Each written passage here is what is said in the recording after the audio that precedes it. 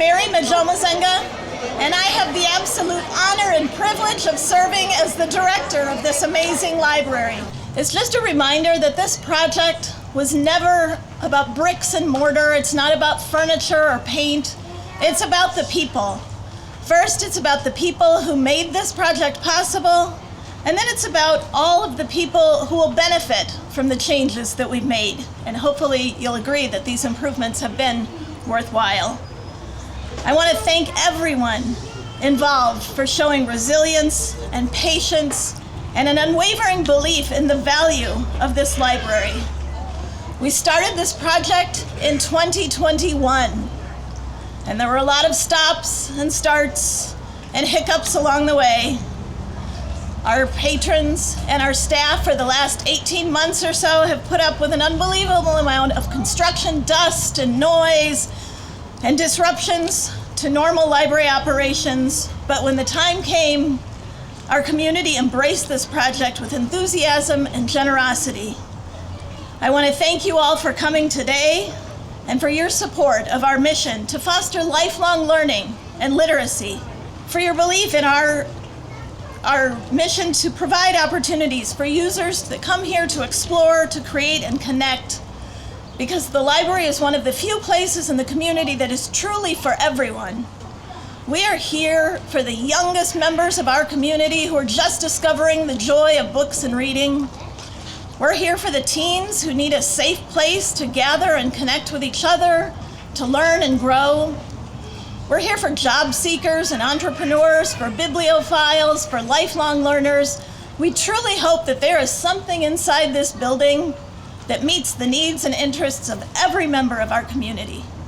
And I hope when you come in today, as you explore, you will find something that resonates with you, whether it's something in our collection, the resources we have that you can take home with you, whether it's a program we offer, whether it's a service that you can get at the library.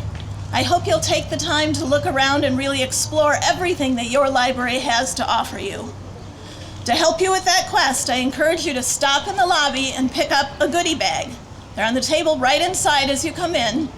You'll find some library swag in there, a few small gifts from us to you to say thank you. And you'll also find a passport, or it's a bingo card really. And each square on the bingo card represents a different station around the library. All 3 floors of the building are open today. We really want you to walk through and look at everything. Get your passport stamped at each station, and for every bingo you get, every line across, every line up and down, diagonals, you'll get entries into prize drawings for some pretty cool stuff that we'll be giving away. So take the time to explore all of the stations, find out what your library has to offer you, and just really enjoy today. Today is a day to celebrate. So thank you very much again for being here, and I'd now like to introduce our Library Board President, Mr. Christopher Podelic.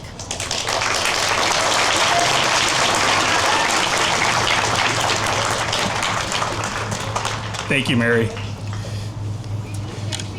Good afternoon, everyone. On behalf of the Board of Trustees, I'm honored to welcome you as we celebrate the dedication of our newly renovated Addison Public Library. This celebration is especially meaningful as we approach America's 250th anniversary. This milestone invites both celebration of the enduring principles upon which our country was founded and consideration of the responsibilities each generation bears in sustaining them. Public libraries stand quietly but firmly at the heart of civic life.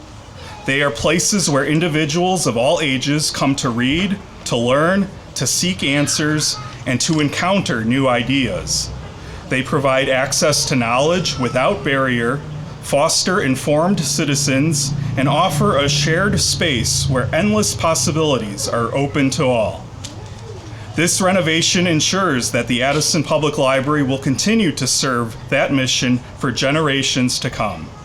I would like to thank all who made this project possible. Thank you to our architects, Dan Port, Tiffany Nash, Alex Krug, Andrew Engelhart, and their team from Product Architecture and Design.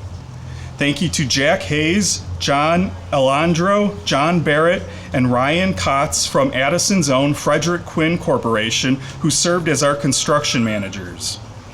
Thank you to Mayor Tom Hunley, the Village of Addison, and all of our intergovernmental partners for your support throughout this project, especially in allowing us to use your meeting rooms and spaces for our in-person programs.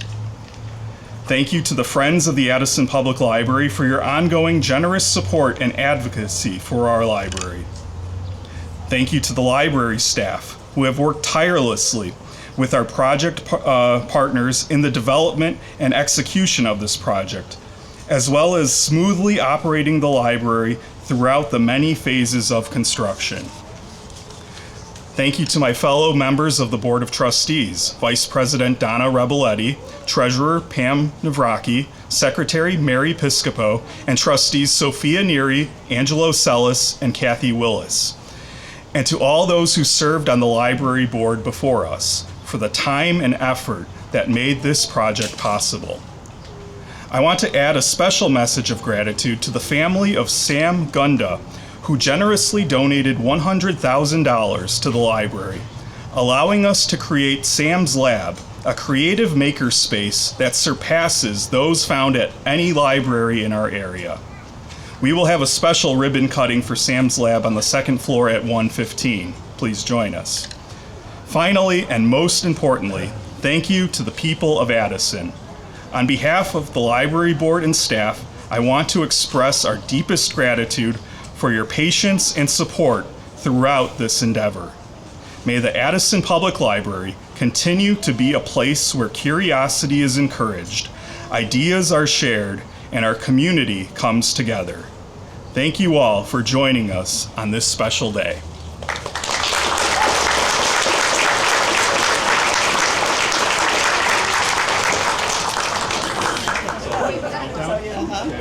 Five, four, three, two, one.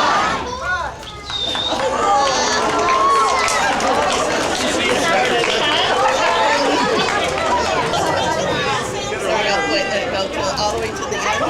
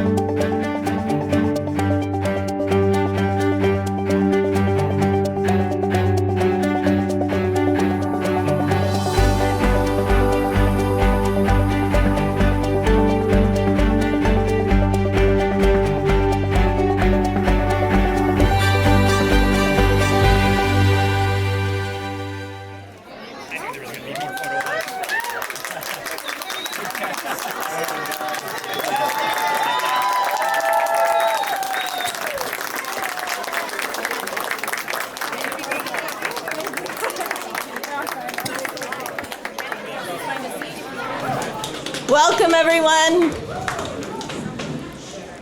As I said outside, today is really a day for celebration, but in this space in particular, this community is so blessed by the generosity of the Gunda and Salati families who have donated the funds to make everything that you can do and see in this space possible. I can't wait for you to see and explore everything that we have available here. Before we get to that, we have a few short speeches. So we will start with Mayor Tom Hunley. Thank you, Mary. Good afternoon, everyone, and thank you for being here, and thank you to Indira for inviting me to this event. I met Sam before he ran for library trustee as owner of Digital World, and I was immediately struck by his enthusiasm. He greeted everyone with a big smile and friendliness that really embodies what we think of when we hear Village of Friendship. He wanted to give back to his community and found so many ways to do that, whether it was volunteering for the police department or tutoring or mentoring at the Student Participation Center. He really became a part of Addison. The library was near and dear to Sam's heart, though he had so many passionate ideas for the services he wanted the library to provide. After running a technology company, he really wanted everyone to have access to those tools through the library. This new space, Sam's Lab, would make him so excited. Indira and Sita, you and your whole family should be proud of the impact Sam made on our community. And thanks to this lab, he will continue to do that for many generations to come. Thank you.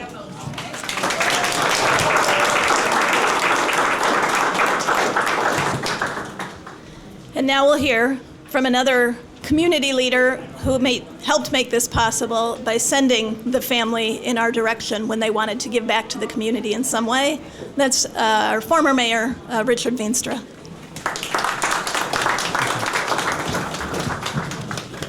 Thank you, Mary.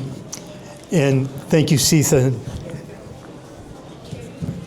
Where is the family? Right there. And Indira for inviting me to this function. It's very special. I first met Sam when I was looking to buy a computer and wandered into the digital world. Sam quickly recognized I had no idea about computers, but he was so patient, and as he showed me through the process of identifying exactly what I needed and how to use it. These many years later, I still have that Apple IIe. As I got to know Sam better, I learned that Sam was a man of many passions. Primarily and most important to him was his family. But learning, educating, participating, serving, and doing were also major aspects of his life. His fondness for technology was obvious as soon as you stepped into the digital world, where he spent many long hours. But if you couldn't find him there, you might see him at the library, a place he loved and regarded as a center of learning and teaching. If you didn't run into him at the library, he might run into you as he raced through the streets of Addison, pursuing his passion for running and competing in marathons. Sam's dedication to serve was manifested by his participation on numerous committees and commissions. His generosity not only touched Addison, but extended across the ocean, where he built a school in the village that he was born in. Clearly, Sam was a man that you could truly say made a difference. When Sita and Indira came to my office a few years ago, they asked if it was possible to have a permanent memorial for Sam here in the village. I suggested that maybe a dedicated tree or a bench on the village green might be an option. Sita and Indira looked at each other, and Indira turned to me and said they were thinking of something a bit more significant, I'd say. As we discussed the options further, it became apparent that a proper memorial for an individual who had given so much to his community should reflect the values and goals he held so dearly.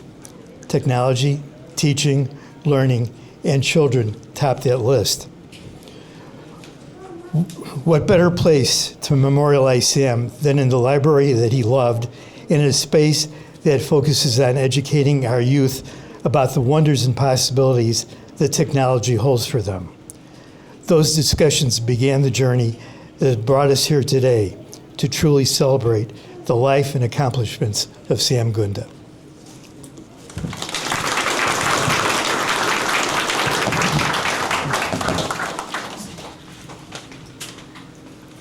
Before I was director of this library, I worked in the Adult Services Department, and that's when I got to know Sam.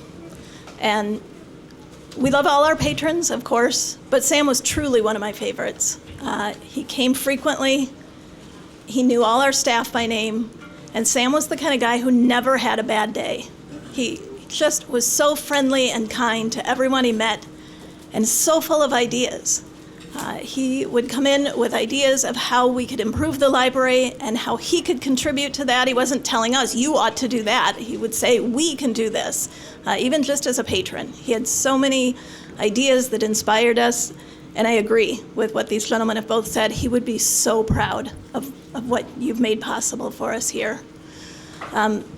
I'm going to, in a few minutes, ask Indira Salati, Sam's daughter, to come up and speak, but first we're going to watch a short video. For those of you who didn't get the privilege of knowing Sam, here's some highlights from his life here in Addison.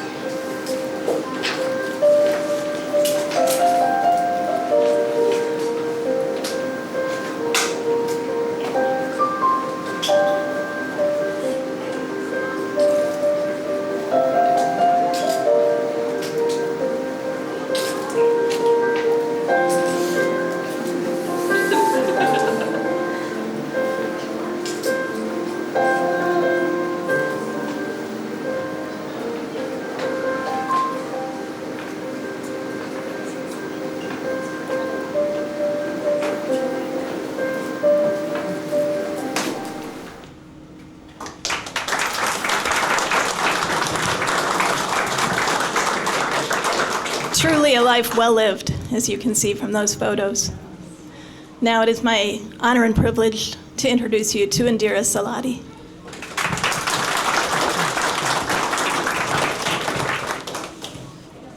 Wow. Good afternoon, everyone. On behalf of my family, thank you for all being here to celebrate the opening of Sam's Lab. Your presence means so much to us because you are all a part of the living legacy of the values my father embodied: friendship, service, generosity, and community. Well, you just watched a video celebrating my father's life, and it was much of what he did, what he accomplished. But what I think about most is how he made people feel. And a story comes to mind. A few years ago, I was standing outside my parents' home in Addison when a driver stopped his car and asked me, "You wouldn't happen to know Sam Gunda, would ya? You wouldn't happen to know Sam Gunda, would ya?" And I smiled and I said, "He was my dad." The gentleman told me that he had worked for my father, and then he said something I will never forget. He was a great man, a good person. A good person is what sticks in my heart. You know, losing my dad has been incredibly hard. Grief has a way of sneaking up on you when you least expect it. But in that moment when this gentleman said that he was a good man, it struck me that the impact that we make, that we have on others, doesn't end when we move across the country, when we leave a job, when we retire, or even when we leave this earth. People remember how we made them feel. They remember that we gave them a chance, that we believed in them, that we treated them with kindness and respect. Well, my father lived that way, as you heard. He came to this country from India as a graduate student at Illinois Institute of Technology with determination, optimism, and an engineering mind. He built a business here in Addison. He mentored young people. He volunteered throughout the community. He was a daily patron of the library. He most of all believed that knowledge, technology, and opportunity should be made available to everyone. And that's why Sam's Lab is so perfect. This space is not just about equipment or about technology. It's about possibility, it's about curiosity, it's about giving people the opportunity to learn, create, and discover something new. Those beliefs were at the center of my father's life. And so when I walked into this space, and when I see this space, it's more than a makerspace to me. I see the engineer who loved solving problems and fixing things. I see the entrepreneur build something out of nothing. I see the mentor who loved encouraging young people. I see the community volunteer who believed deeply in public institutions like this library. And I see a man who never stopped learning, growing, and reinventing himself. And if my father were here today, he would probably laugh at seeing his name on the wall. And those of you that knew him know that it was this like full mouth open, full wide laugh, and he would be laughing. So more than anything, he would be thrilled to see the people in this room create. He believed deeply that opportunity, knowledge, and technology should belong to everyone. And so my hope is that Sam's Lab inspires generations to learn, to create, and discover what they are capable of. I can think of no better tribute for his life than that. Thank you to the Addison Public Library for honoring him in this extraordinary way. Our family is deeply grateful. And thank you all for being here today. Thank you.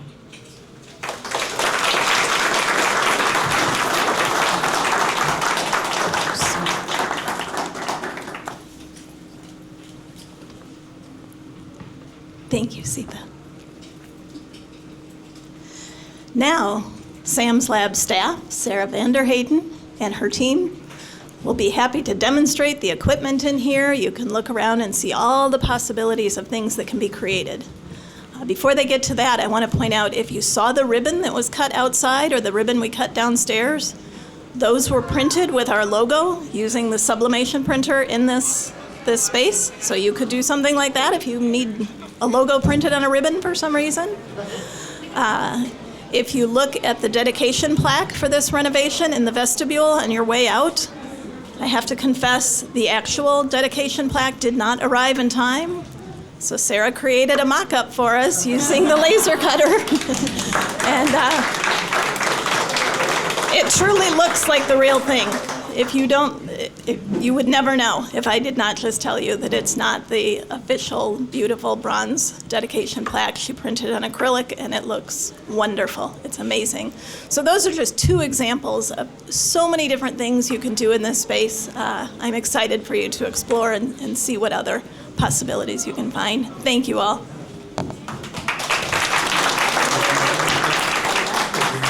Now that the opening day crowds have dissipated, we are in the Addison Public Library with Assistant Director Brooke Sievers, here to give us a little bit of a walkthrough, show us some of the new features that patrons will enjoy when they come to the library. And this is a brand new lobby and welcoming space. Brooke, tell us a little bit about the renovations that were done here and why it was important to make these changes. Sure. So one issue we had with the previous setup of the building is that the staircase took you up into the middle of the floor, and that drew all of the noise up into the middle of the floor. So it was hard to have those designated silent areas, quiet areas.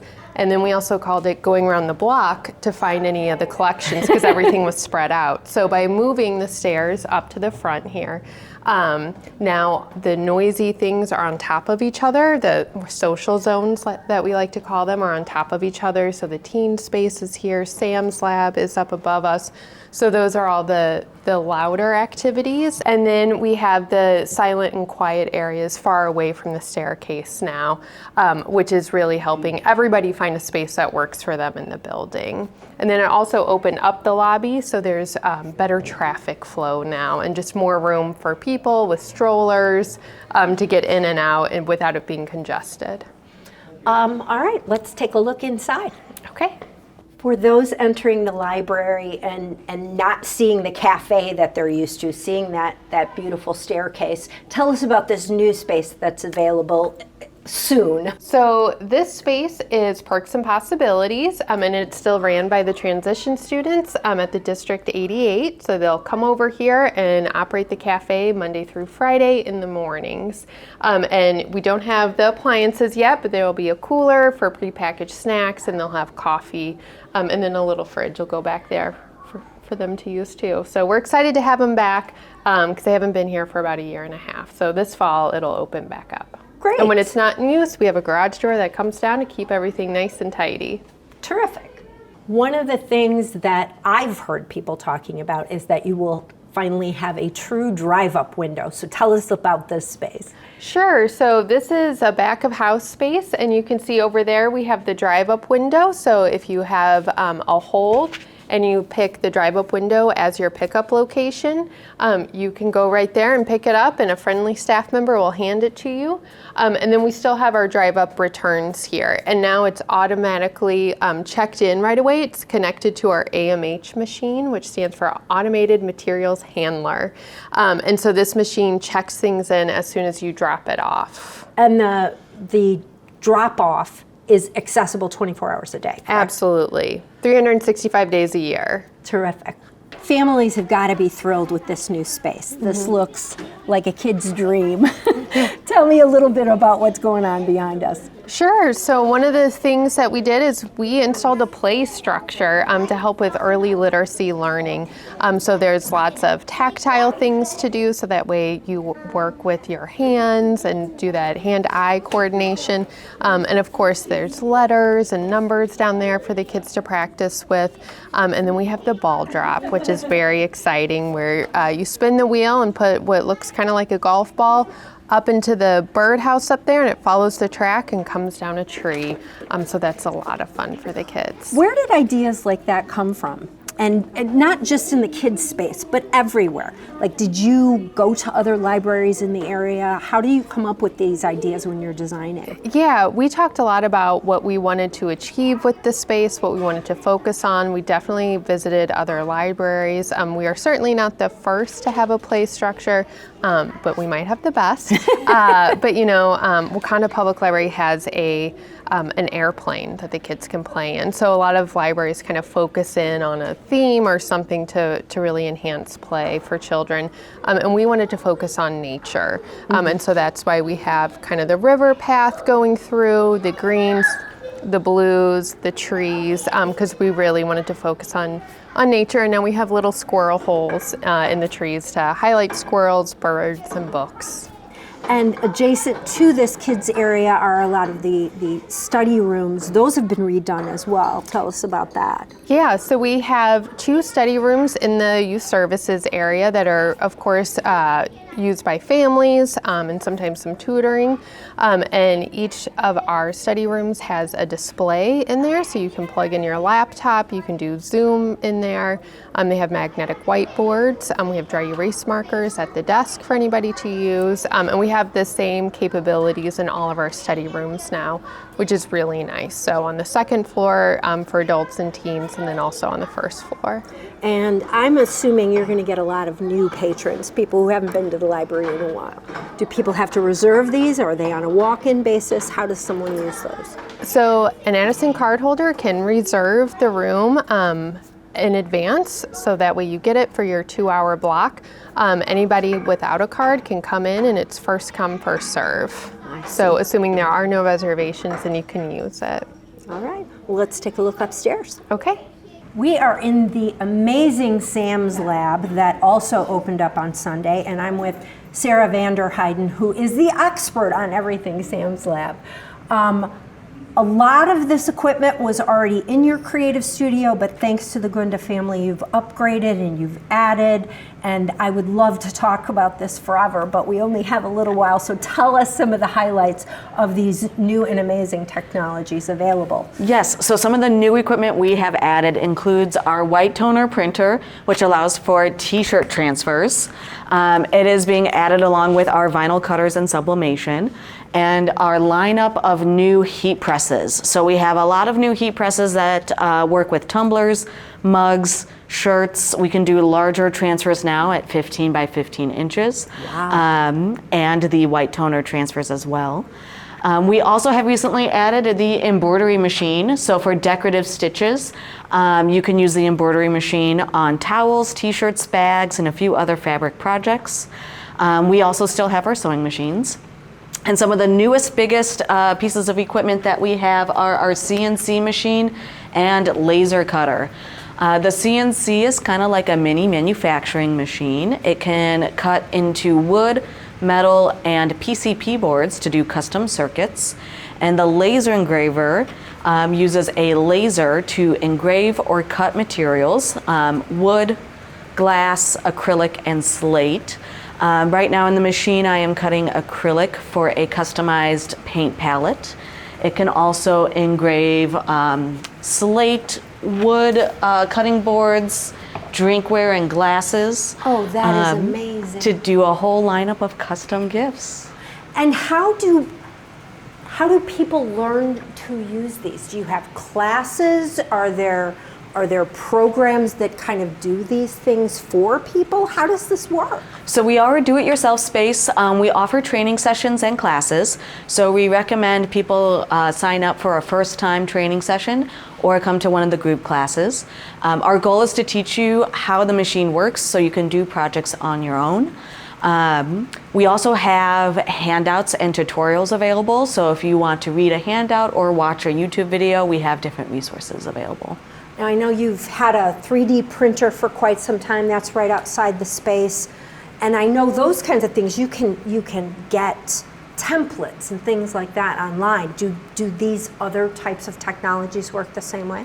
They do. It kind of varies depending on the machine. Some of our equipment for the laser engraving, for example, it works with any sort of JPEG or Word file. So you can type out a name and engrave it on a cutting board using Microsoft Word. You can also find pre-made templates on some websites. And then we do encourage people to learn design software to do custom projects of their own. But for beginners, there's a lot of free resources out there. And are any of these pieces of technology things that patrons have to pay for to use, or is it just with your library card? Yeah, generally speaking, if it's a printer, you have to pay to use. We also charge for the embroidery thread because you need machine embroidery thread and not just sewing thread.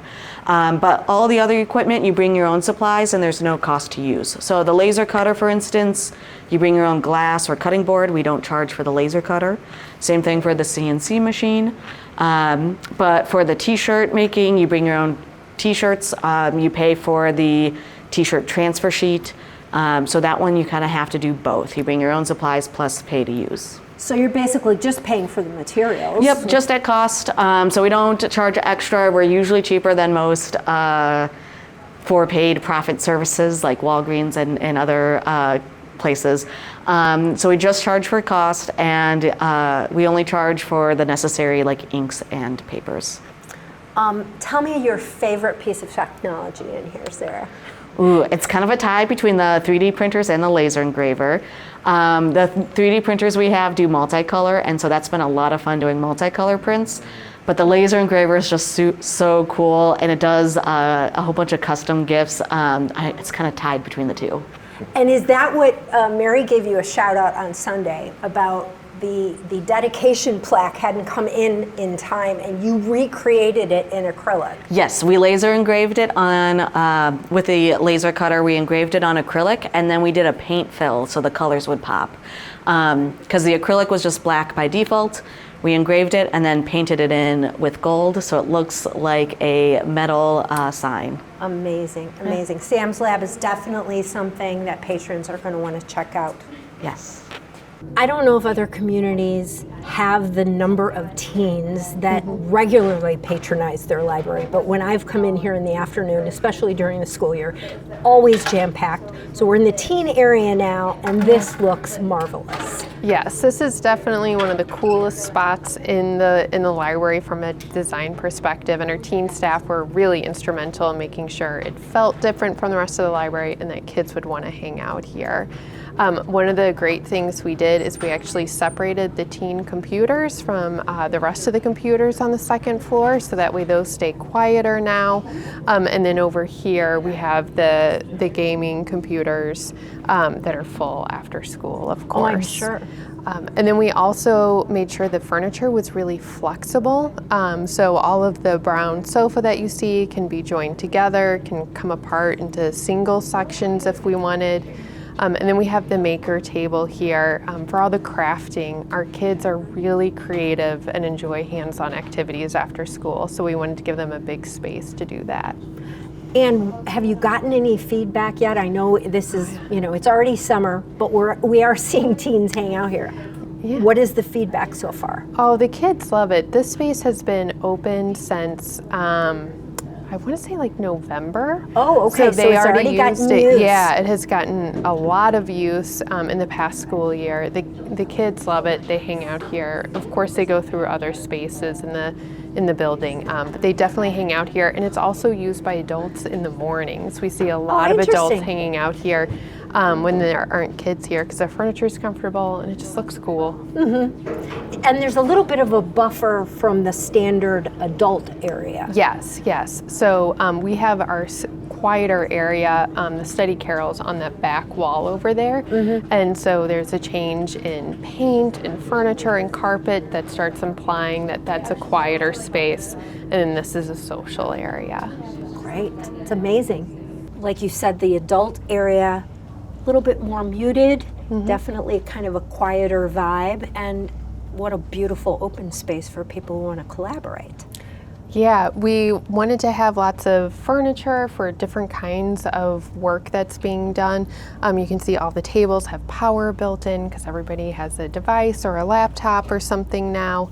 And then this is how we congregated the collections together, so that way now you don't have to go around the block like you used to. Everything's grouped together with the AV over by the computers, but all the books, all the traditional things you think about are grouped together and kind of help make the space feel quieter and cozier, and definitely a little bit different than the teen area. Exactly, and the signage is really, really nice. Thank you. Well, this is a room I guess people would recognize, but it got a little bit of a facelift. Tell us about the improvements that were made to the boardroom. Sure, just like almost every square inch of this building, it got flooring and paint because the building is just about 20 years old, and when you're open every day, that stuff really takes some wear and tear. So flooring, paint, and we also moved the entrance. The entrance used to be on that wall. And we enclosed the space on the other side of it to make a staff conference room. One of the issues we had in our building was having places for staff to meet, and we kept using study rooms, which then took them from patrons because they're in such high demand. So we have a long, narrow staff conference room now that we can use for meetings. So that was an addition to the third floor. So the door changed over here, and other than that, just flooring, paint, and lighting. And overlooking the nice green space, a lot of people don't realize that you have this space at the library. We heard about it when you opened, and I don't know if I've seen it since. Yeah. A little bit about that. Sure. So we have some sedum out there, and the goal of the green roof is to slow down rainwater so that way it doesn't flood the surrounding area. So it just slows down the rain so that way we don't hit the sewer system during big rainfalls. And so it's not made for like picnics or seating or anything like that. It's just based on function. And that was originally paid for with the grant whenever the building was built. Beautiful. And finally, the adult computer lab. Again, nice and quiet. Tell us about this space. Sure. So this is a much quieter computing area than the teen space. We also have it flanked by 2 study rooms on either side. You can see that are in use. And back here we also have the digital media lab. And in there we have a recording booth. So that way you can come in and it eliminates outside noise. So that way you can record a podcast, or maybe you want to record like an audition tape for a college or something like that. And in there we also have digitization equipment, so that way you can turn your old photos and convert them to digital, so that we can share them with people. Your VHS, get it digital. Before they disintegrate. Before they disintegrate, and CDs are losing their capacity to retain information too, so you can digitize all of that in there as well. So it's a really cool space. Before we wrap up here, I wanted to kind of summarize everything that you all have been through over the last year and a half. Your patience, amazing. This started in January of last year? January 2025 is when construction started. We started working with an architect firm, Product Architecture and Design, in 2021. Amazing. So this has been 5 years of our lives. So it's very excited to be finished. And give us kind of an overview of the finances. I know that unlike a lot of communities, we were very fortunate in Addison that we were never asked for a referendum. The library was able to finance this. Tell me about the cost of the project. Sure. So the board approved an amount not to exceed $12.3 million. So we haven't finished paying everyone off yet from, all the bills are still coming in as work is wrapping up, but it won't exceed $12.3 million. And we expect to stay under that. And then the board started saving for this in 2008. Which is little by practically when it is when the building library opened. Yeah, they knew we would need future capital improvement projects, so we saved that in the capital fund that can only be used on infrastructure capital projects. And so we save a little bit every year. We work with an investment company to invest that, so that way the money keeps growing, and then we're able to do this. And we've kept our levy flat for the past couple of years too. Exactly. So it's just saving a little bit at a time, so then you can do projects and not go out to referendum or Right. Well, I just wanted to make sure the community remembers the fiscal responsibility of all of this. And there was no like state or federal funding that was available. Literally, you paid for it yourself, other than the generous donation of the Gunda family, correct? Yes, it all came out of our capital improvement fund. Amazing. Well, congratulations. Thank you so on, much. A huge project. We have been talking with Brooke Sievers from the Addison Public Library. What a wonderful space that you have available to you now as an Addison resident. I'm Dory Croggy for Addison Community Television.